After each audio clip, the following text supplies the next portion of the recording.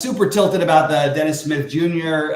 Cost me a chop of the 1650 with 6 other people. So instead of having like a 3,400 something like that losing night, I would have had like a 10K plus profit night. So that was a little tilting. Dennis Smith Jr. being not announced out after lock. I literally could have played anybody, any other thing, dropped down and got 10 fantasy points and easily, at least won a few thousand. But very, very frustrating to bubble the 1650 on FanDuel. I don't play it all that often when it's not a bigger one, and I had a chance to win it. But we're on to a monster slate today, so we're going to talk through it. This is a very first look, and there's going to be a ton of news later. Sheets and I will be live at 6 Eastern. So I just want to give everyone a heads up that don't count everything right away. We're going to go through on DraftKings, then we'll talk FanDuel real quick. If you guys are here and available this morning, feel free to pop in questions, but it's going to be a really wild slate. So just keep that in mind. It's going to be kind of crazy. I'm going to share my screen and go through each game and click on the guys who I'm considering, at least for my first look builds. Let's get over there right now, and we will be in business. All right. So looks like I gotta share it over here. Here we go. All right.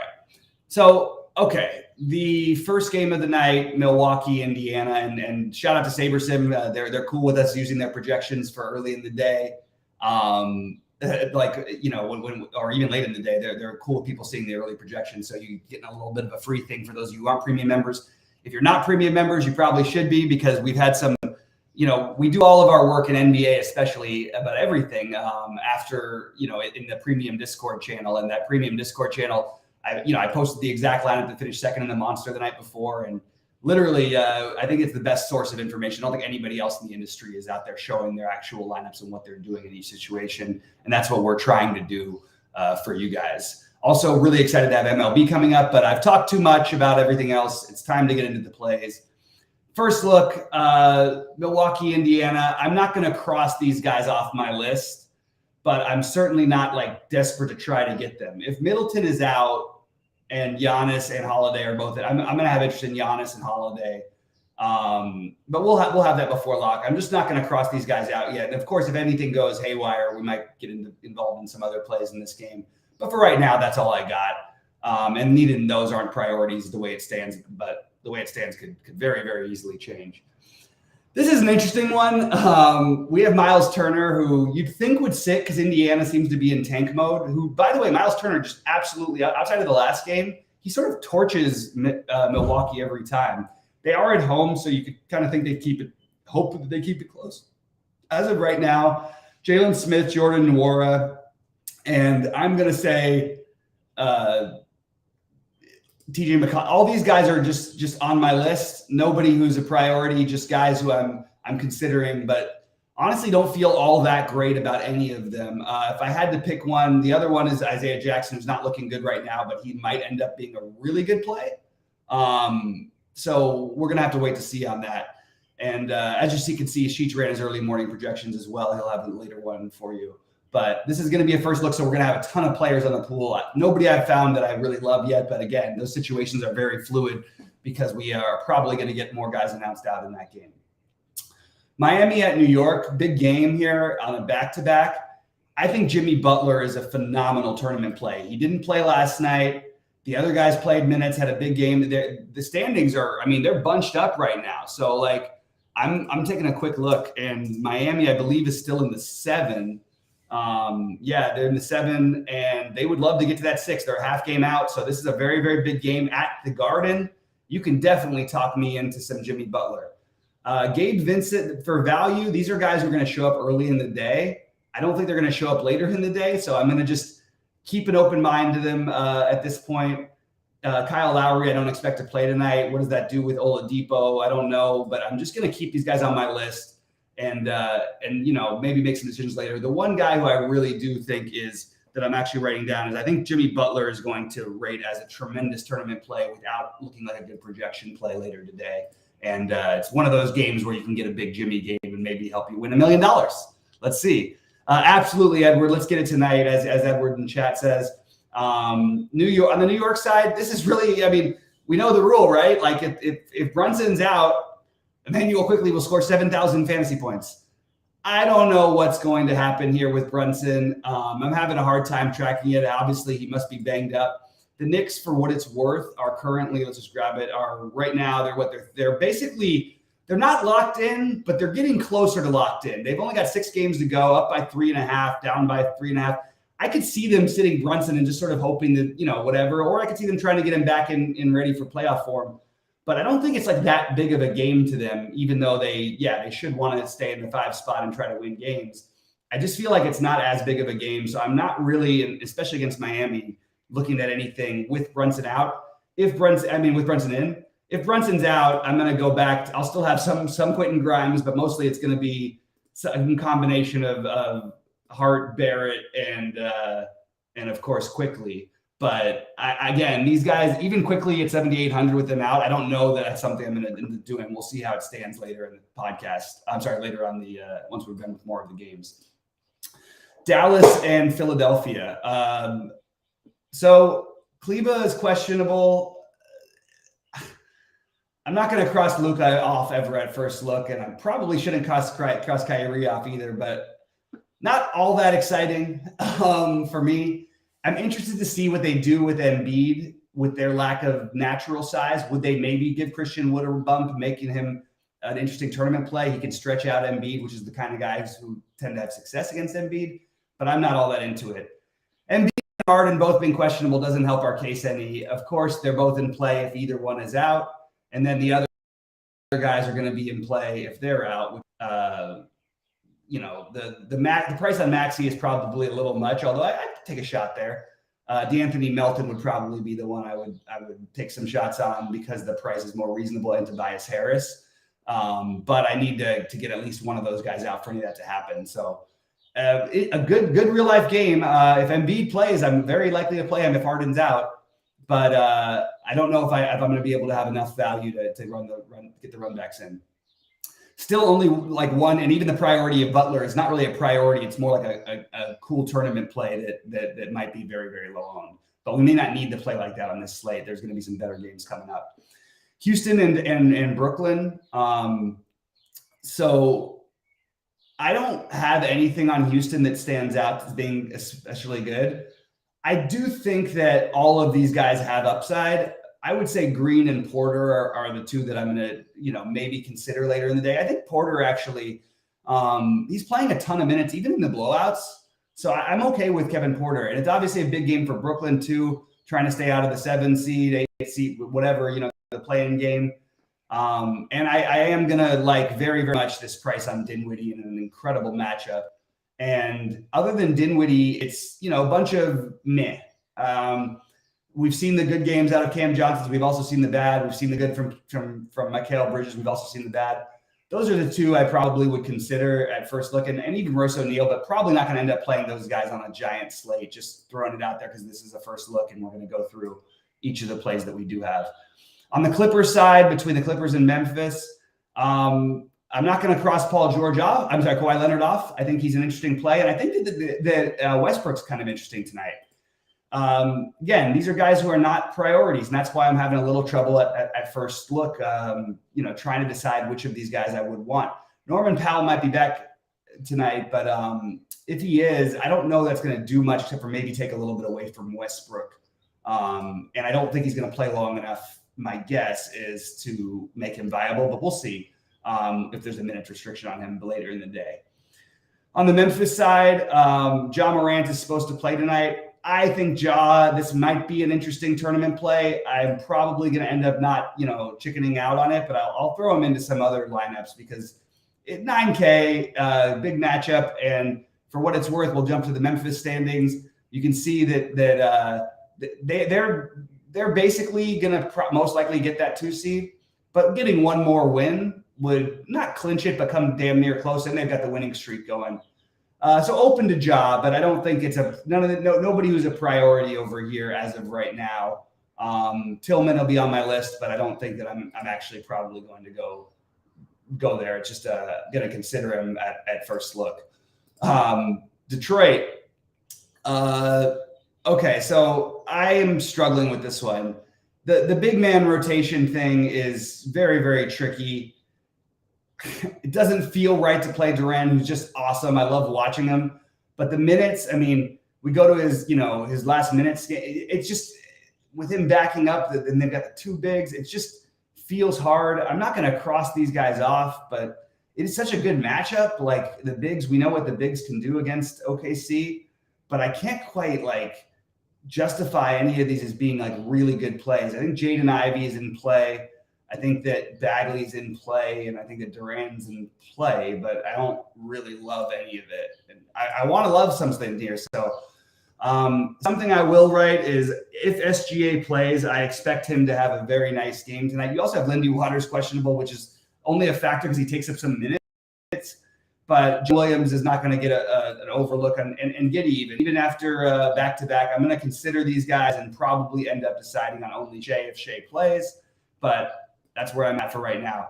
It's pretty interesting. There's not like, maybe that's good, maybe that's bad. But we don't have a whole lot of guys who I'm like super interested in at first look. AD as a tournament play, sure. LeBron as a tournament play, sure. Nobody prioritizing for me on the Lakers.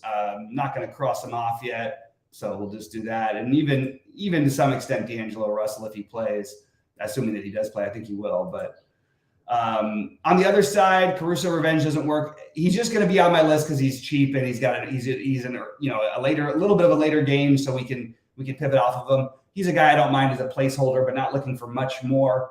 It's a pretty nice price on Vooch, Levine, and DeRozan. I'm not going to fault you for playing any of those three. The one who I would be the most likely to play here would probably be DeRozan or Levine. But I think that there's some I'm open to some Vooch in here, but mostly I think it'd be DeRozan or Levine for me, just in consideration at the moment. Utah, San Antonio. This is what sucks. We have $1 million for first tournament, a huge night in the NBA. And we've got all of this just complete madness in terms of, we'll get to the San Antonio side in a second, because that's really where the madness takes place.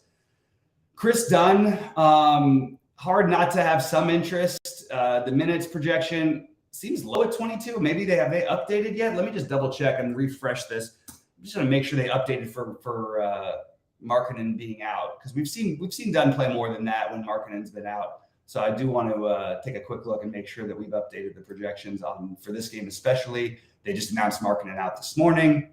So, yeah, they're still having him at 22 minutes at the 29 fantasy point projection. That seems a little low. It seems like too much fantasy points per minute. It seems like a little low on the minutes for me. So I'm both sides of it. Not crossing these guys off yet. Damian Jones, Fontecchio, Olynyk, and Horton Tucker we've seen be good in these situations at times.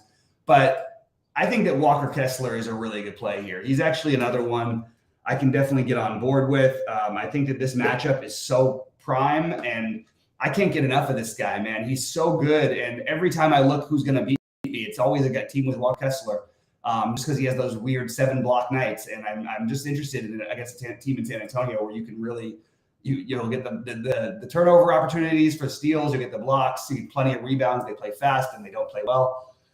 They play a ton of guys, as you see. I don't know what we're going to end up deciding here. At first look, Branham looks like a smash play.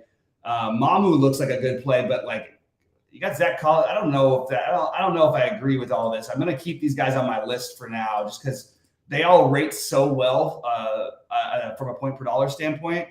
But nobody who I feel completely can like any conviction of. I mean, you got 3 point guards here. Then you've also got Langford who's going to play. It's just tricky. So right now, I would say that if I had to pick one, I do think Branham is probably the answer, but I think that Devontae Graham is just close enough to where if there's any ownership difference later in the day, we can maybe pivot off of that. But this is where you're going to make all your decisions. It seems like in those 8 and then the 10 o'clock games. De'Aaron Fox, he hasn't been as good lately. And you need the fourth quarter run out of him. He's going to be on my list, but I'm not overly excited about it.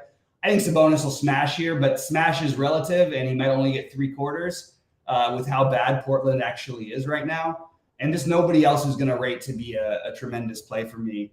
But I do think that Sabonis and Fox are definitely in play. Fox's price is tempting. It's just we get most of our efficiency and most of our usage out of him in the fourth quarters. And I'm worried about there being a fourth quarter in this one, as Portland is just, oh man, they just are so beaten up. I am not going to shy away from Shaden Sharp. I think that's a mistake. I know that he struggled the other night and it sort of went a different direction. I'm still going to take my shots there. I also think the price is too low on Eubanks. So Eubanks is actually definitely an early priority for me. Didn't get the blowout run the other night. I still like him in this kind of a matchup, and I think he can get there even in short time potentially. Kevin Knox, I played quite a bit the other night. One of the things I did right, I will consider him again. It's just impossible for me to click the Archidiakono button on this slate, but I'm open to it. And then I'm saving all this to mention Keon Johnson, who I feel like is being a little bit over projected, but I am still going to take some shots, and I'm even not going to cross off Nasir Little. I think the whole Portland team is definitely in play. And I think you're going to want a couple guys from this game just because they're shorthanded. Even if they get killed, like look at all these bodies that are out, and we've only got 1, 2, 3, 4, 5, 6, 7, 8, 9, and one of their names are John Butler. So Portland, I'm going to put in probably wanting 2 early on. So that's where I'm at. All right, let's jump over to Minnesota and Phoenix. Okay, so I like the price on Gobert here. I think he's kind of interesting. It's a little tricky with the Towns Edwards. I just think I'm probably most likely to stay off of it. One of these days, Towns is going to get full run and smash, but I don't know if this is the spot where that's going to happen. It's a competitive game, so maybe they do after giving him the break on the back-to-back the other night. I believe that was. But also, like with the questionable tag on Taurean Prince, that would open up even more for Kyle Anderson. Probably more of a FanDuel play, I think. Actually, I don't even know what his price is on FanDuel yet. And we've seen some big stuff from Nasri lately. Unfortunately, they switched him back to center only. So right, but that doesn't matter because Towns is probably going to play it. Really, it's just long story short, I think Gobert is probably my favorite play here, and I think that's likely going to be it. It'd be nice to have some more priorities this early in the day, but we really don't have these real standout plays. All right, though on this other side, Chris Paul at 7,300, Devin Booker at 9,900. I think Paul or Booker, as I keep saying, and it works. One of them sort of seems to smash every night. And then I think Ayton as well is definitely in play. So I'm personally higher on the Paul and Booker side of things. But Paul is probably my favorite play here. Even if Kevin Durant plays, I don't think they're going to let him just go crazy. Just I know he's like used to be a guy when he plays, he plays. But I just think that they got to be careful with him. So I still think Chris Paul could have a big game here. And I think that KD, look, if we get full minutes out of KD at this price, that's probably a few games away. But we'll be drooling at the price for KD at 9,700, I think. I just don't know if this is the right slate. First game coming back, my guess is they take it pretty easy with them and maybe lower my Chris Paul Booker love. Just no one's going to play these guys. That's partly what was appealing to me. But now that I look at it with KD, I don't know that Booker did have a big game with him before, probably reaching on this kind of slate. So maybe I leave it as Paul or Ayton for right now. It's a really tough slate. I have a hard time even doing priorities. I have guys I like for tournaments: Butler, SGA, Walker Kessler, Shaden Sharp, Drew Eubanks, 2 guys from Portland in general, and then I've got the Paul basically. But that's really all I've got at the first look. And then Branham, one of the guards from San Antonio, but they play them all like 20 minutes sometimes, and it drives me nuts. So it's just going to be a hard slate where the guys we're getting value from are going to be very, very suspect. You can see on this list, 4 San Antonio guys, you've got an Indiana guy, you've got 2 Portland guys. These guys aren't playing for anything. And that's really scary when it comes this time of the year. Just look up DSJ from last night. That was absolutely freaking brutal. Like it's really annoying when your guys get announced out after lock, or sometimes just DNP CDs at this time of the year. And that's what we got to embrace a little bit of the variance. Unfortunately, only playing one of the big ones today in the 3K for $1 million. And I just feel very uncomfortable with these guys in my lineups, but I'm probably going to have a few of them. Anyway, guys, we'll be live at 6 Eastern. I hope you all have a wonderful day. Good luck to everyone tonight. Let's crush it and jump on in the premium Discord. If you're not a premium member, think about becoming one.